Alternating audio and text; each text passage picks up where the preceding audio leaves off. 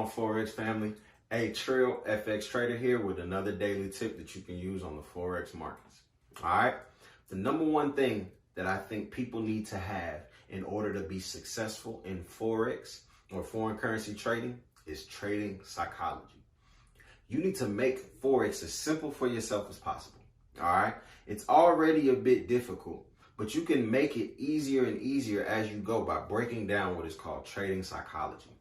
You need to know what session is best for you. You need to know what pairs are best for you to trade within your timing in that session. You want to know what your plan is so you can stick with that plan. You can alleviate a lot of your issues if you come up with simple trading psychology.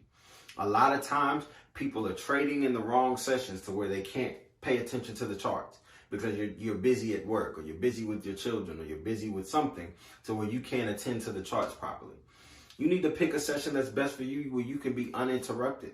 All right. You need to pick a pair that you can get familiar with, and that's going to be your pair. You don't need a million pairs to trade Forex. That's a misconception. You can be successful in Forex with 1 to 2 pairs. That's the truth. I know a lot of traders who only trade with 1 or 2 pairs. And all of these things go into trading psychology. There's so many more things that go into, but some of the basics are that right there that I just spoke of. So if you want to have a successful time in Forex, you have to focus on your trading psychology, figuring out which session is best for you. London, New York, Sydney, Tokyo. Figuring out which pairs are best for you and what strategies to replicate over and over with those specific pairs. Because some strategies are pair specific.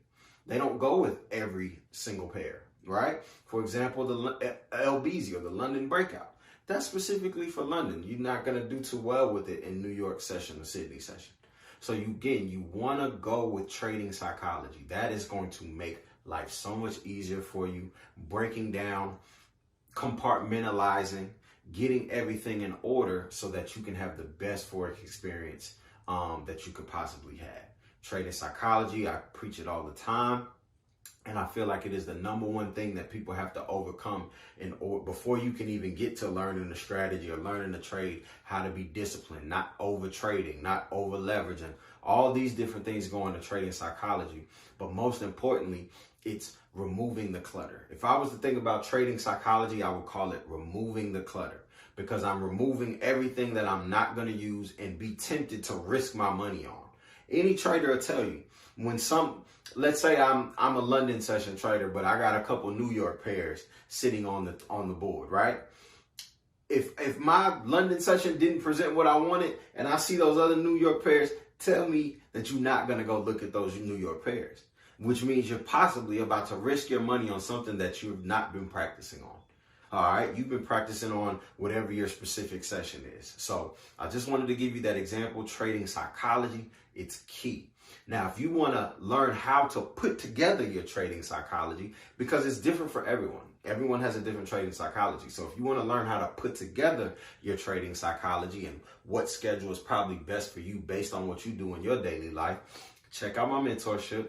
We will help break down specifically what is best for you. All right, let's go. It's time to learn.